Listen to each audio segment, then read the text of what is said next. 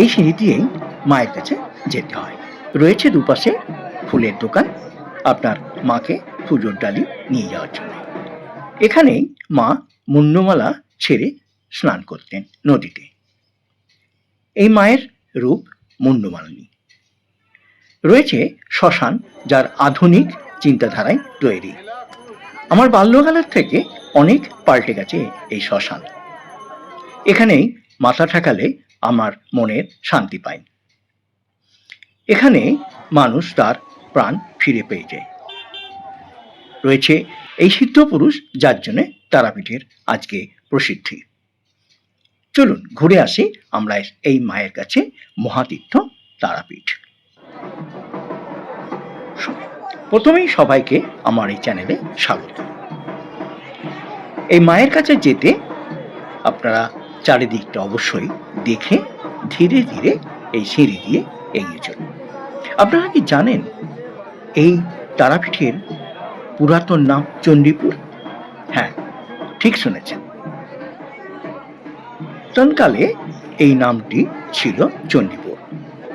এখানে যেদিন মা তারা তার প্রিয় সন্তান বামাখ্যাপাকে সিদ্ধি দান করতে সাহায্য করেন, সেই দিন থেকে এই জায়গাটির নাম হয় তারাপীঠ।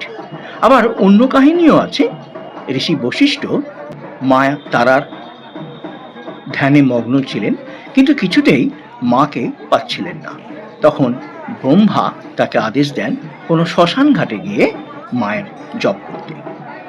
এই সেই জায়গা যেখানে বশিষ্ঠ মুনি সিদ্ধি লাভ করেছিলেন। সেই মা তারার এখানে সিদ্ধি লাভ করার জন্য এটাকেও আরেকভাবে তারাপীঠ বলা হয়। যদিও বর্তমান তারাপীঠের সঙ্গে সেই সময়কার তারাপীঠের প্রচুর পার্থক্য। যেহেতু আমার এই বাল্যকালের বেশ কিছুটা সময় এই তারাপীঠে কেটেছিল, তাই আপনাদের বলতে পারি এই মহাতীর্থ তারাপীঠ আজকাল ব্যবসায়িক জায়গায় পরিণত হয়েছে। আপনারা প্রাণ ভরে এই জায়গাটি দেখতে থাকুন। আমি কিছু তথ্য আপনাদের দিয়ে রাখি। যখন ব্রহ্মার বরে এই বশিষ্ঠ মুনি এখানে সিদ্ধি লাভ করেন, তারপর থেকেই তারাপীঠের মূল শক্তি হয়ে ওঠে বশিষ্ঠ মুনির তপস্যা থেকে। শতাব্দী পরে এই একই ভূমিতে জন্ম নেন অদ্ভুত সাধক বামাখ্যাপা। লোকেরা তাকে পাগল ভাবলেও তিনি ছিলেন মা তারার অতি প্রিয় সন্তান। এই তারাপীঠের বশিষ্ঠ মুনি এবং বামাখ্যাপার যে যোগাযোগ, যেটা দীর্ঘদিনের মধ্যবর্তী হলেও আজও সেই মানুষের মনে রয়ে গেছে প্রাচীন প্রথা। মানুষ আসেন, প্রাণ ভরে মায়ের কাছে প্রার্থনা জানান, তাতে আগামী দিনগুলো ভালো হয়। একদিকে বশিষ্ঠ মুনির কঠোর তন্ত্র সাধনা, অন্যদিকে বামাখ্যাপার ভক্তি ও মাতৃস্নেহ, এই দুই যুগল সাধনা লক্ষ্য কিন্তু একটাই, যা তারা মা তারার কৃপা লাভ করা। তাই যখন আপনি তারাপীঠে যাবেন, শুধু মন্দির নয়, অনুভব করুন সেই হাজার বছরের সাধনার শক্তি। তারাপীঠ নামটা শুনলেই আমাদের মনে পড়ে এক রহস্যময় শক্তিক্ষেত্রের কথা। এখানে রয়েছে গণেশের মন্দির, মায়ের প্রিয় সন্তান বামাখ্যাপা, আছে বিষ্ণু নারায়ণ, এবং রয়েছে সেই নদী, দ্বারকা নদী, যেখানে সদাগর জয়দত্তের কাহিনী লুকিয়ে রয়েছে।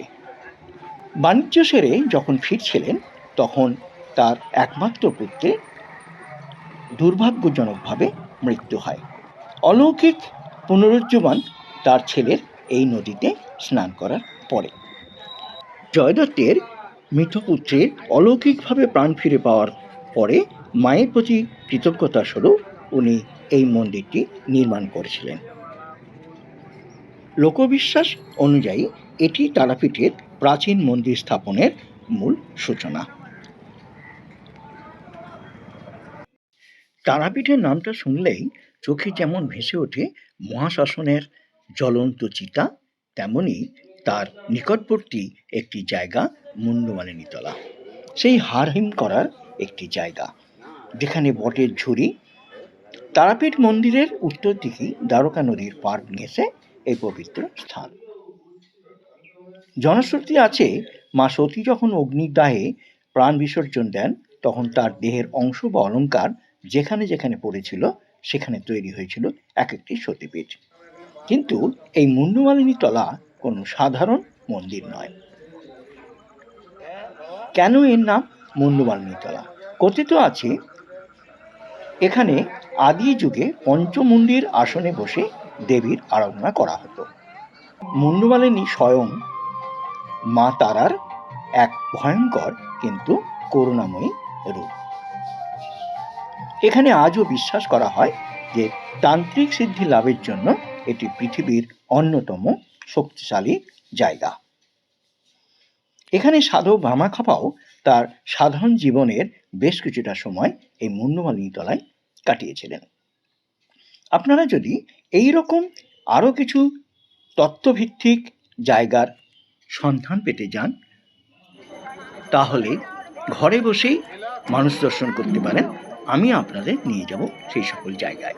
আপনারা আমাকে মতামত দেবেন এবং আর কোন কোন জায়গার তথ্য আপনারা পেতে চান সে বিষয়ে যদি জানান অবশ্যই আমি কৃতজ্ঞ থাকব। আপনারা সকলে সুস্থ থাকবেন, ভালো থাকবেন। এই শ্মশান রাত্রিকালের অবস্থান। রাতের শ্মশানে সময় কাটিয়ে আপনি তারাপীঠ সম্পর্কে বেশ কিছু তথ্য পেয়ে যাবেন। মা তারার জন্যে জয়ধ্বনি দেবেন, আমাকে সঙ্গে রাখবেন, সুস্থ থাকবেন। দেখা হচ্ছে এই রকম অলৌকিক কোনো ভিডিওতে।